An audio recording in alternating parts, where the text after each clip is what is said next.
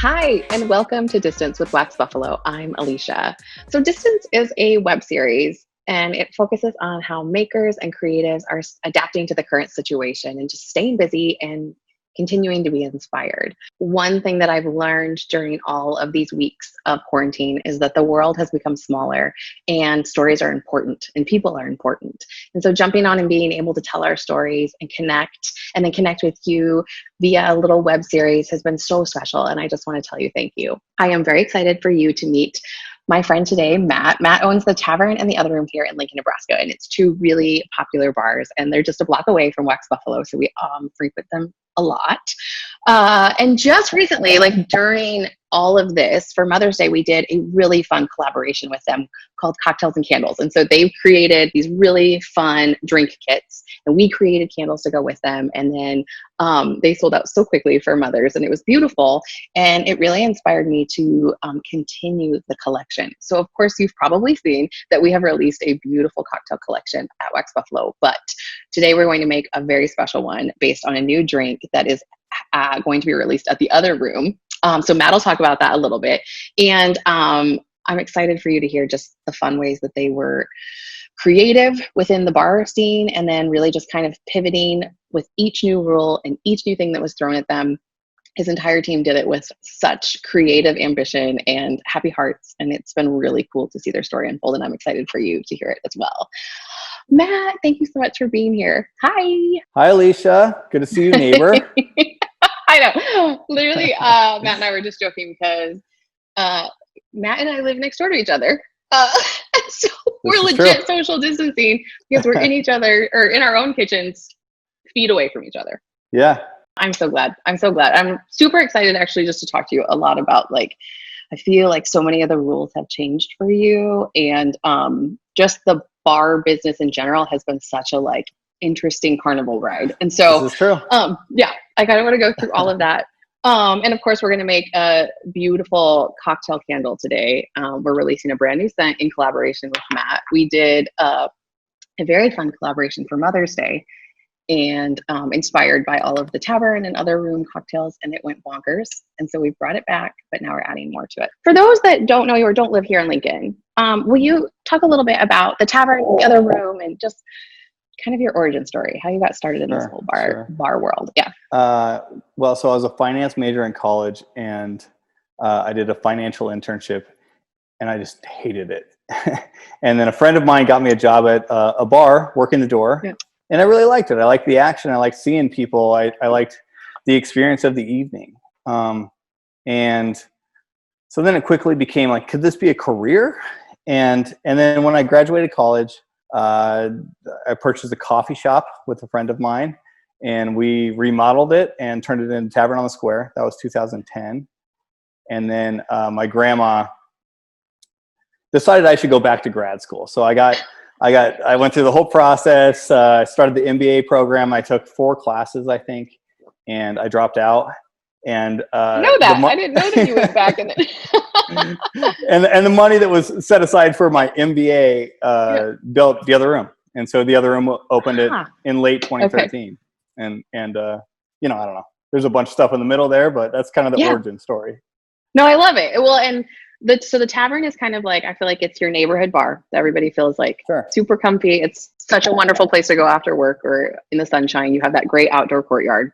And then I don't know, you know, my story about the Other Room is that I didn't even realize it was attached originally. And I came through it, that parking garage that's behind it, way behind. The person that brought me there, of course. It was late at night. We went through the parking garage and in through that little alcove. And the door opens up, and the Other Room is like a secret little speakeasy. And so it's, for those that don't know, it has this big door that opens. Tavern Such an like experience. regulars bar and kind of locals and whatever courtyard. And Other Room is high society, right? It's you feel so bougie in there. It is, yeah. I mean, you only know if somebody tells you about it, and it's kind of, so, yeah. It's so great, and it's so creative, and I love it. Okay, so then everything's going great. You're busy, and the coronavirus hits. So tell me a little bit about just kind of the initial things, everyone had to shut down, how'd your team take it, all those things. Yeah, it's really interesting. People talk about the bar business and the restaurant business as being recession proof, because everybody's going to eat and everybody's going to drink still. And for the most part, it's recession resistant, but it's not pandemic, proof, right? So we didn't make a mistake. This happened to us. And so, we kind of saw it happening in China, and like we were watching social media and, whatever. And it's like, okay, that's interesting. And then Macau's casino shut down. That was the day that I was like, oh, this is a that was your moment. Interesting. Yeah. So that was probably like in January. Okay. And so Macau is like the Vegas in China, way bigger than Vegas. And I'm like, whoa, if these casino people are shutting down their casinos, like this is a real problem. And so then I remember the day, it was March 13th that NCAA got canceled, right? And like in the middle of NBA games, they're walking off the court, like they just canceled it. And so that day we decided we were going to shut down too. It didn't come through like Nebraska yet. It was a couple days later maybe. But we were like, oof, this is a problem. So that's scary. That was gut check time first, right? And then we just kind of tried to like figure out how are we going to make a couple bucks on the front end. I just said, hey, look guys, I'm gonna put everybody on salary. Like, I don't know what's going to happen. Like everybody's on salary now. Right. And then like, we just cleaned for 2 weeks, every faucet that leaked and every chair that was like You're wobbly. Like, we've always wanted to do all these things. All the stuff, right? That's all this small stuff. And so we fixed them. And then we're like, okay, this is going to last a little longer. So we started doing some off sale stuff. Other room, really, they did some cocktail kits, obviously, what you mentioned. Oh, yes. I loved those cocktail kits. So like those worked really well. We sold 6-packs and whatever at a tavern, but it's nowhere close to what normal business is.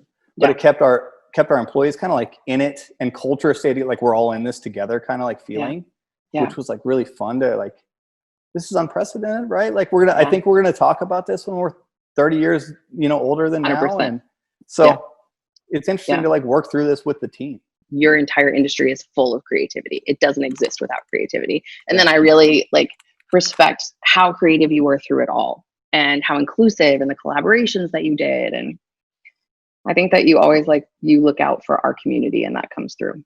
It's so fun to see you doing retail, like to coming up with it's weird for me. Really, it's weird for me.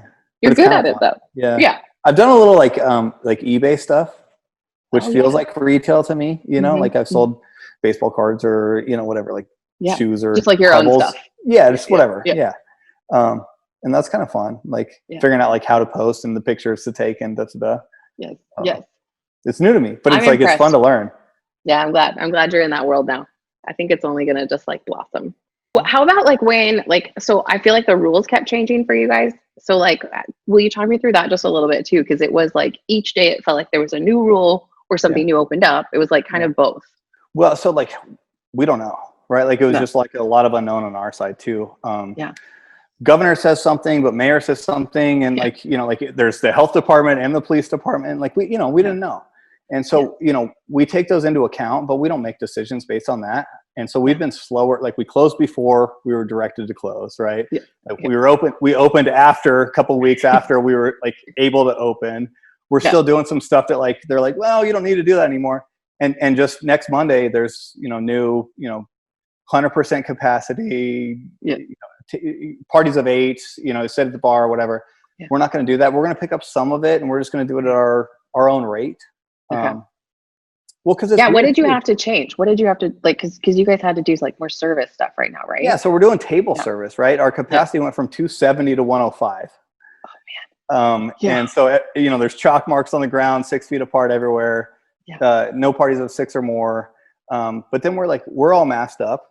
I don't have my mask with me. Actually, I do. It's harder to do an interview with a mask on, right? Well, I'm at home. You're home. Right. We're safe. We're safe. But we did table service for my guys is an interesting new thing, right? I got these big burly bartenders that are like talking Cubs baseball and stuff usually, and now they got to do 2,200 steps or 22,000 steps in a night. They're whining a little bit.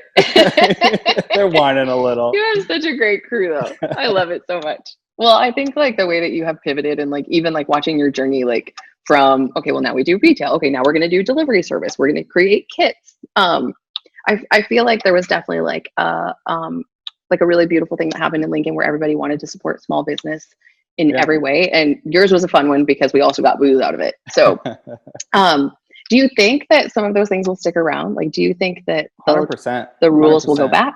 You do? Yeah. Yeah, like I don't Tell want me to more shout out about that. I don't want to shout out the competitors right now, but Venue crushed this period.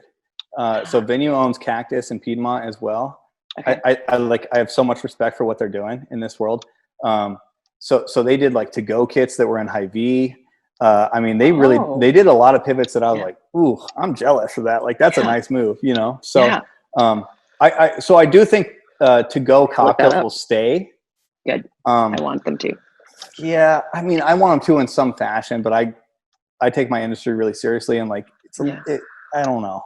I know it's a 6-pack and you just crack a beer, but like a styrofoam cup with a lid on it's like feels different to me, and I don't love that, right? Like cocktail kit is a different thing than just a styrofoam cup with a lid on it, you know? So I don't know. Well, I also think like pre mama me would have been like, no, like drinking is about community. It's about like friendship and coming together.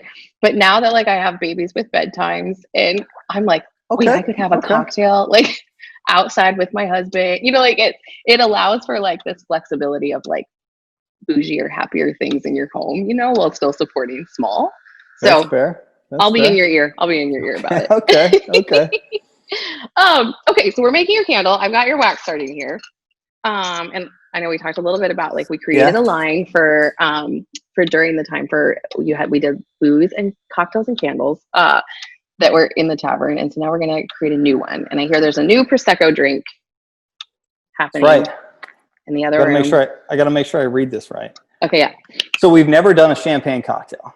I'm so excited about that. And Jess, obviously, you know, Jess has been after me forever. And like, there's like, I always push against it because if we open a bottle of champagne, it's gone, right? Like if we don't serve the whole thing, it's gone, right? It's just like, well, we got to dump it out. It goes bad, right? So I've always been scared of cost of goods, right? That's like, you're smart. You're a good businessman. Yeah. But we're doing one this time. And, our new employee Fly has put together the menus, and there's like little Easter eggs on each page. So there's like the drinks have like different, like whatever their hints are in it, cherry or hibiscus or whatever it is, like the watermark on the background is that thing. That's so creative. So I'm real thrilled about the new girl, you know? Yeah. And her name is Fly. Fly. A lot to live up to, right? With that kind of swaggy name. I already love her. Okay. So I've tried this, but I cannot make it, right? I don't have the skill set. Okay. So Bulldog's Rebuttal is the name of it. Okay. And gin, creme de fleur, blackberry tonic, lemon prosecco, lemon twist garnish. So. Oh my goodness. Actually, I'm so like I think we're gonna nail this because the prosecco oil has lemon. We added lemon to it. It has a little bit of vanilla and a little bit of blackberry to give it that warmness so that it wasn't just like straight citrus. How'd we do? Right on? Oh, good. Yeah. Yeah. I think it's going to be magical. We're going to, of course, put it in our like cute whiskey tumbler. So I'll get it wicked up. All right, here we go. So will you be opening for Real?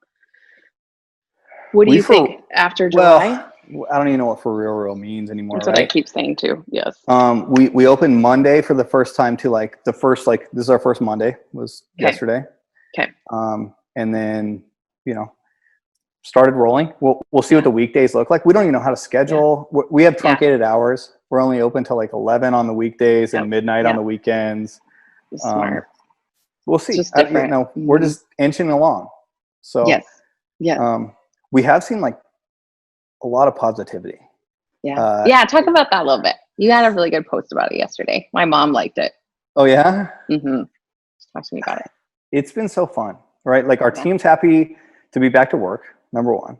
Yeah. And then like the people that are coming in are so grateful, right? It's the regulars that have been wanting to come back for a long time.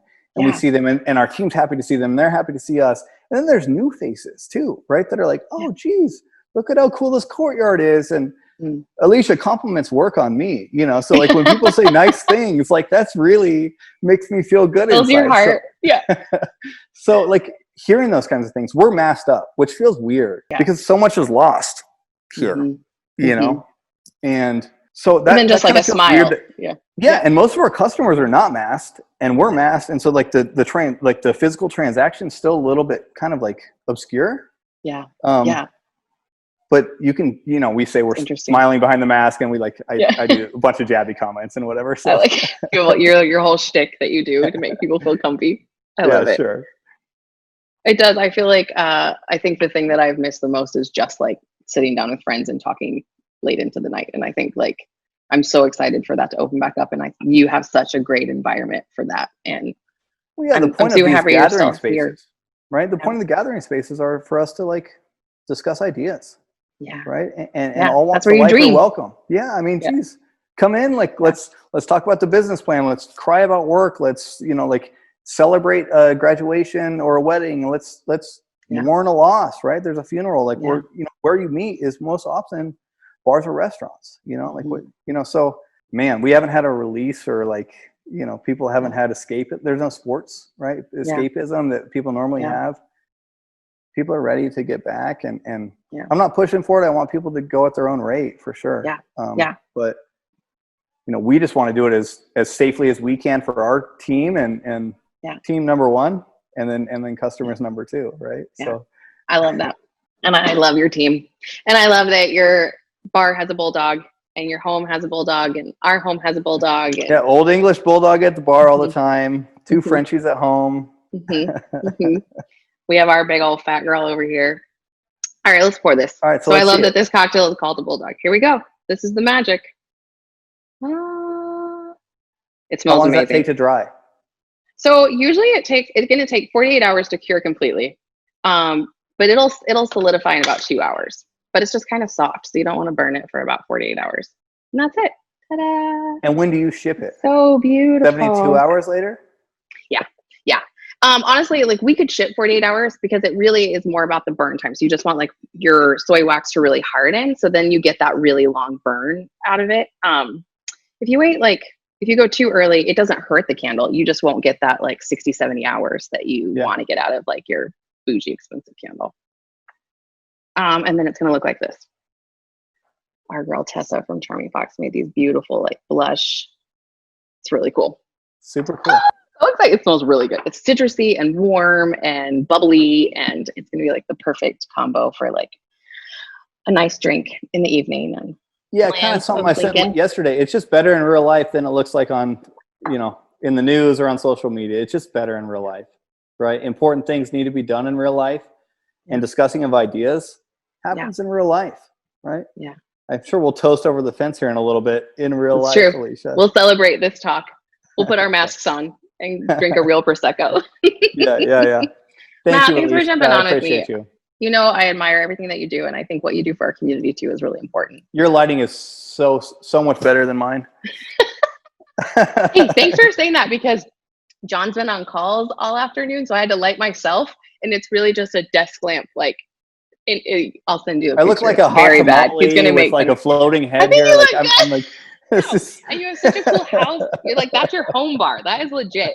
That's goals right there. I don't even know what I don't know what I'm advertising back there. I don't condone the name of any of these products.